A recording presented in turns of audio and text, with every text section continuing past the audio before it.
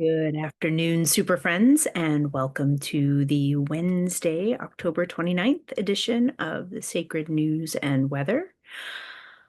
It's been a day here, and I'm wondering if y'all are experiencing some of what I've been experiencing.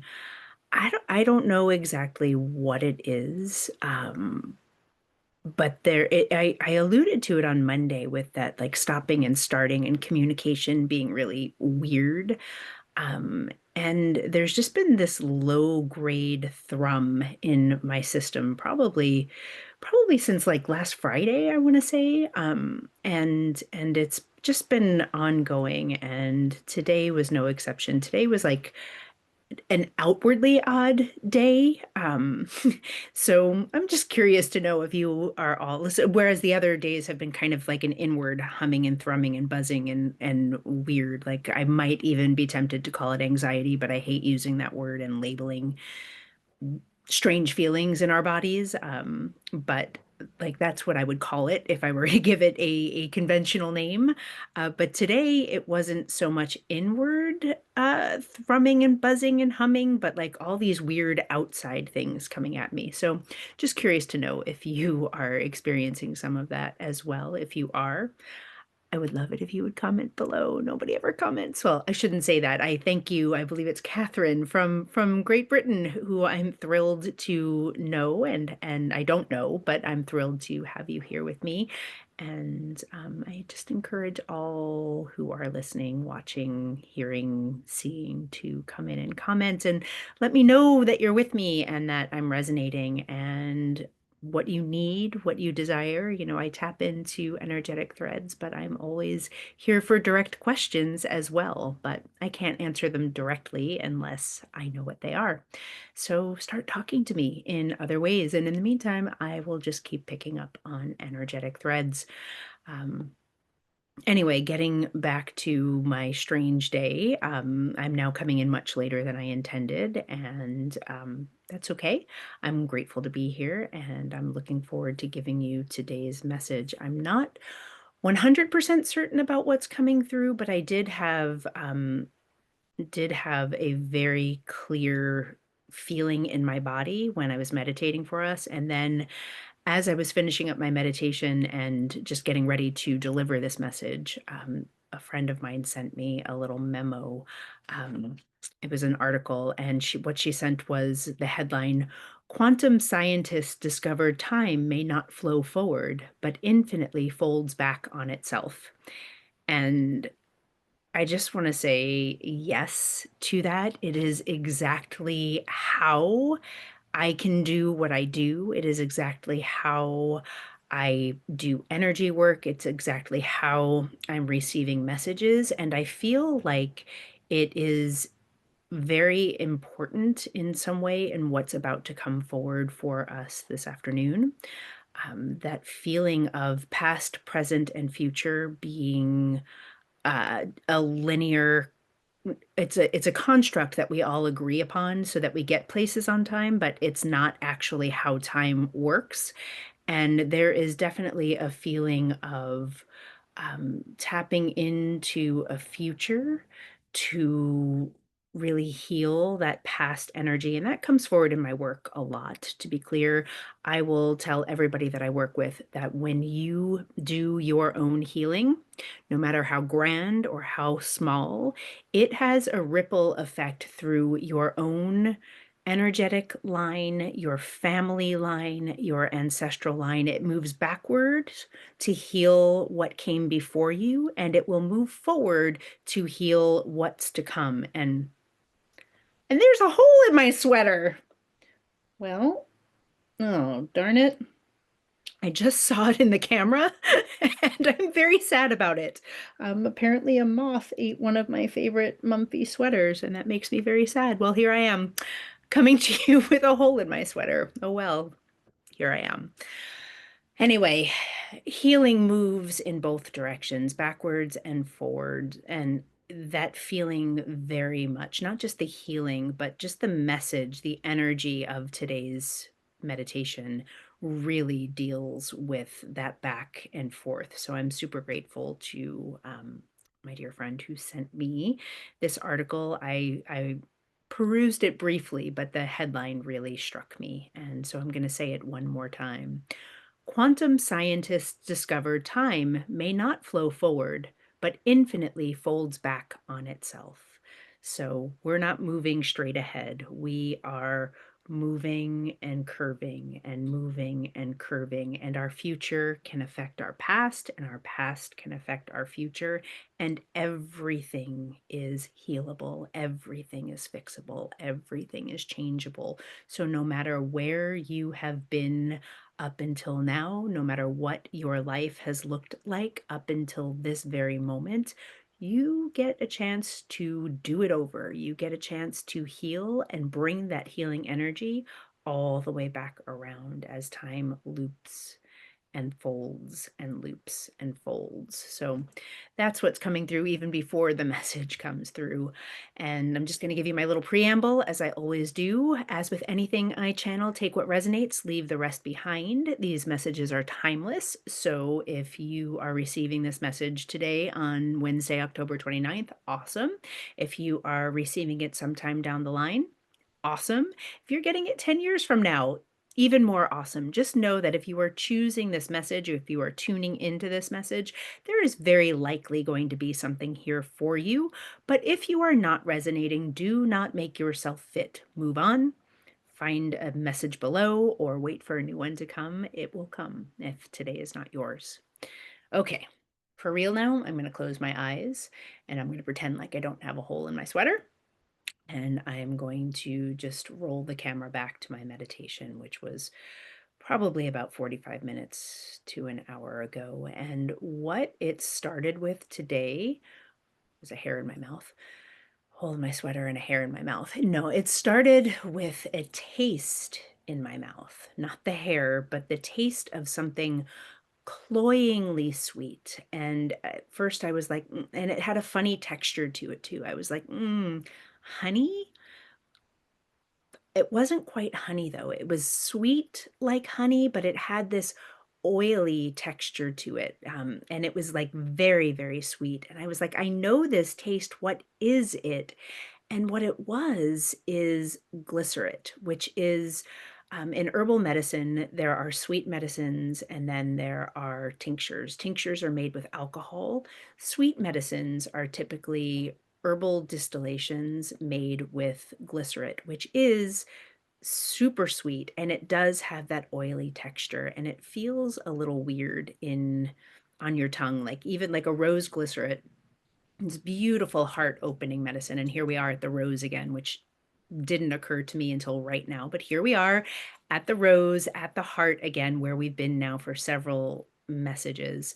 And like a rose glycerin, you'll taste the rose, which has a little bit of bitterness to it as well on the tongue. But it's heart medicine. So it is the bitterness of love, it's the sweetness of love, and it is heart opening medicine. And that glycerin was on my tongue. And where I went with it before I was completely scolded by my guides, by spirit, was like love bombing. Like someone is like wanting to come in and love bomb you. And I was like scolded, like, no. That is not what this is. And I was like, okay, okay. Why is it so cloyingly sweet? And I heard again what I just shared with you now. I didn't see the rose then, but I heard sweet medicine, sweet medicine, sweet medicine. And I just stayed with the idea of sweet medicine. And as I let it sit on my tongue and let it be medicinal, the feeling was, and the smackdown from spirit was, allow that sweetness to come all the way in. It was me, it was Dana. It was not Dana, the vessel for spirit, who was feeling that love bomb feeling, that discomfort of love bombing coming in. It was not spirit. Spirit was saying, let the sweetness all the way in. Dana was saying love bombing, and like I was being a little bit judgy about it because of the texture of it. And spirit was like, no, let the sweetness come all the way in. And so I sat with it and I invited that sweetness in. I was like, okay. And there was some resistance in my system, which tells me that there's likely some resistance in this collective as well, that there is more of a belief that when sweetness is coming toward you, when genuine sweetness is coming toward you, there is a resistance in the collective. There is a no, they must be up to something. This must be, there must be ulterior motives. There's something not right because people don't come at you. Situations don't come out you at you. Life here's the communication thing again. Life does not come at you with this much sweetness. There has to be something wrong. And Spirit was like, damn it, Tina, let the sweetness come all the way in. The sweetness wants to come all the way into your being, all the way into your body. It wants to come into your heart and it wants to melt down all the way through your cells, all the way down to that cellular level. And going back to that, time is not linear and it folds back on itself. Your cells are not protons and electrons and neutrons. Your cells are pure energy, and the sweetness wants to come all the way into your energetic being. The sweetness wants to come in all the way into your system at the cellular level. And it is our messy humans, it is your messy human that is saying, no, this can't be right. There must be ulterior motives. There must be something wrong here because sweetness just doesn't come in like this. And let the sweetness come all the way in. There was a feeling, there was even I think I even heard it, of, like, peace and joy and sweetness is our actual birthright. We are worthy of peace, we are worthy of this sweetness, we are worthy of this joy, no matter where we have been. This is what our soul's desire, and this is what spirit, universe, God, divine, your highest self wants for yourself. And it's our messy humans that stand in the way of allowing us to fully be with, to fully receive the sweetness that life wants to bring us. I'm going back now to that image of the rose that's been with us, and what I'm seeing now this morning, what I saw was in my own meditation was like the thorns of a rose as boundaries. Like, no, you need to put up boundaries, just like a thorn. Like, you can't have your big, beautiful bloom without having the thorns. And what I'm seeing now and what I'm being reminded of now are that there are, in fact, roses that grow without thorns. And that's what wants to come forward in your system now. The thorns actually like want to retract enough, and it's not like a I'm also seeing a like a the hands of a florist like pulling the thorns out, and it's not that. The image that I'm seeing are roses that grow without thorns, that have been cultivated to grow without thorns, and the feeling here is unconditional love, allowing your rose to be open to blooming without needing to protect itself so much. Your rose wants to bloom, the sweetness wants to come in, the peace and joy that wants to come all the way into your heart really wants to come all the way in. And you don't need to block it. Not right now, is what I'm hearing. And what I heard earlier when I got smacked down, it was like, no, like this sweetness is yours and it's yours for the taking. Open to the sweetness, because the sweetness is also going to have that ripple effect down your ancestral lines, down your familial lines, and into your people, and it will move forward into your people, whether you are someone who is going to procreate or has procreated or will never procreate. You still are forging relationships. You're still having relationships with your family, your friends, your chosen family, your coworkers. And that sweetness wants to come forward into where it is that you're going. I'm going to take a sip of my swamp water because I'm about to cough.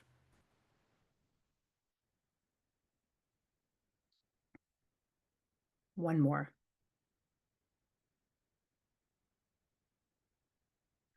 Okay. In case anybody's wondering what the swamp water is, it is E3. It's I don't know, algae from Oregon that's been blessed by nuns and monks and is supposed to be good for my perimenopausal brain. It tastes pretty good. It doesn't look delicious, but it actually tastes good. Um, I know somebody's wanting to know what the hell it is I just put in my body. It's not poison, I promise. Nor is it like a blue Hawaii or whatever blue drinks there are. Mm. The sweetness wants to come in, and the other image that's coming forward now is what I'm actually seeing a moment in time where, I was up in my room and I could tell that there was something happening downstairs that probably shouldn't have been happening with my kids. And I was like, Jonah, what are you doing? And he was like, "What do you mean?" And I was like, "There's something that's not right." And he was like, "How do you know that?" And I was like, "Because mothers have eyes in the back of their heads." And I can't even remember what he was doing, but it was fairly benign. But what's coming through is that the idea that when I was asking him what he was doing, when I was seeing with the eyes in the back of my head, I wasn't asking to condemn him of something. I was asking out of concern for his well-being and his safety. And I was asking through a lens of love, not through a lens of shame or condemnation. Or if I was asking through a lens of shame and condemnation, I'm being like scolded by spirit for it now as well. Just reminded, really, that we are being invited to look at our loved ones, to look at our coworkers, to look at our beloveds, to look at our fellow humans, and to gaze upon them through that lens of sweetness and love. Because whether or not they are up to no good, they're not going to shift if you're looking at them through this lens of condemnation, through this lens of trying to judge or shame them. Judging or shaming another person, judging or shaming your own self never results in a shift. It does not result in positive change. I'm seeing now also like looking in the mirror and like judging your body and then like deciding that something must be done and trying to punish your body into being a certain way. Yeah, maybe it'll last a few weeks, but it's not going to be long term before everything falls apart because people don't change, our bodies don't change, energy doesn't change when we're gazing upon it from a lens of condemnation, from a lens of shame, from a lens of judgment. Our planet, our political leaders, our like matrix is not going to shift if we are looking at it through that lens of judgment and shame and condemnation. Yes, there are people who deserve all of those things. And we also are being invited to remember that they too came from a place of sweetness and something shifted so that they no longer experienced the sweetness. And it is the lack of sweetness that turns things into poison. So, again, being invited to gaze, even with eyes in the back of your head, with your sacred vision, not through a lens of shame or blame or judgment, not through that lens, but through a lens of sweetness, of sweet medicine, of rose glycerate, of tulsi glycerate, of anything yummy and delicious and sweet to invite more peace, more love, more unthorny roses all the way into your being. I'm going to be quiet for a moment because I feel like there is more that wants to come. And I feel like it's related to time folding back on itself. Yeah, there's this feeling of it's too late. I can't fix this. There's particularly a family storyline that feels like it's too late. I can't fix this. And what I'm just going to sit with it for a minute. This feels like a very specific thread of energy, like this feeling of it's too late, I can't fix this. That doesn't necessarily feel specific, but I feel like I'm getting a very specific family situation, like a childhood wounding, a childhood wounding that got carried and brought forth all the way through. It's too late, I can't fix this. And maybe it's mother daughter. I don't know. It feels that what I'm feeling feels very specific to one or two people here, but what is not specific is, and what feels really clear is, no, you can't change what happened then, but the bringing the sweetness into yourself now is going to come back and change the lens, change the veil. Do you remember on Monday I was talking about, if you watched our Monday video, there was a thread, there was a piece of energy. There were two, it felt like there were two people, and there was a person over here with like a veil over their heads, like a, and something wanted, the veil wanted to be removed so that they could see more clearly, and that feels like it's coming forward again. And what I'm seeing is that allowing that sweetness all the way into your being, allowing yourself to appreciate, to be with the peace, the joy, there's a feeling of like allowing yourself to be embraced and allowing yourself to be received and receiving all at the same time, allowing that love to come all the way in, that unconditional love to come all the way in. Well, you can't change the circumstances of where you came from. You can't change the circumstances of an argument or some sort of like thread of toxicity that has gone through either your family line or between you and your spouse. You might not be able to change that, but bringing that sweetness all the way in and choosing to hold the sweetness is going to change the lens that you are viewing what was. It's going to change the flavor of what was. And even though what was might have hurt like hell, even what was might have been the very thing that is keeping you from that unconditional love today, like that feeling of, oh, you're love bombing me, or this is not real, or I don't buy this. Allowing that to come all the way in will actually heal what was and prevents, like, I know this is gonna sound really weird and maybe even like a little too quantum, but that's okay. I'm gonna say it anyway. Even prevent some of what has already happened from happening again. And but it's hard to find language for a feeling, but it's like the wounding that you have experienced up until now, if you can let that sweetness in now, it's going to seep back into what was, so that when you view what was, it's no longer with the same pain.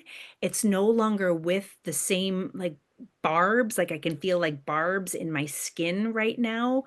It's no longer with the same need to reject or protect or run or hide. It's like going to tame that feeling so that as you continue to move forward, whether you move forward changing that familial relationship, changing that relationship with your person or persons or whomever it was that there was a rift with, it's going to shift the energy between you so that when you move forward, whether you're moving forward together or apart, whether you're coming back into communion or continuing to move on separate paths, it's going to change the flavor. It's going to make it more easeful. It's going to make it more peaceful and more joy will be more easily held and found, and more peace will be found all along the energetic line of your family, of your companionship, whatever it is that you are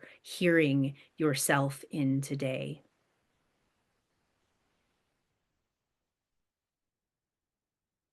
I feel like we might be done. I'm getting now, I'm getting the taste of rose on my tongue again. And I don't know if I said this in the beginning, and if I did, I apologize for repeating myself. But sometimes when I'm channeling, there's no clear memory of what I'm talking about. But the when you eat a rose petal, if you've ever eaten a rose petal, there's a little bit of astringency. It like kind of sucks the moisture out of your mouth. And it's a little bit bitter, but it's also a little bit sweet. And that is the flavor of, that is the energy of love. And it's coming back here now on my tongue. The rose petals are coming back. The blooming rose without the thorns are coming back, and the sweetness is coming back. So I feel like we're just coming full circle now. But it is more than okay for you to allow that sweetness all the way in, for you to drop your guard and receive the sweetness, and to surrender and trust that this is the message that spirit wants you to receive. You wouldn't be tuning in to me if this message, you wouldn't have made it this far in this message if this wasn't for you. Spirit wants you to have sweetness, no matter who or what or when or why or how. It wants this sweetness for you. And your only job right now is to really let yourself receive it.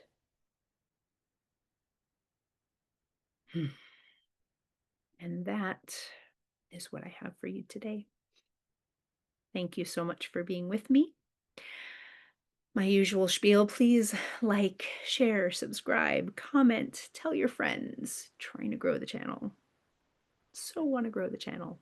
So want more people joining me on this adventure, doing this work with me, opening to giving and receiving unconditional love. I swear it's the only way we're going to heal this planet. It's the only way, as if we let it all the way in. And today, Spirit made that loud and clear for all of us. All right. I love you all.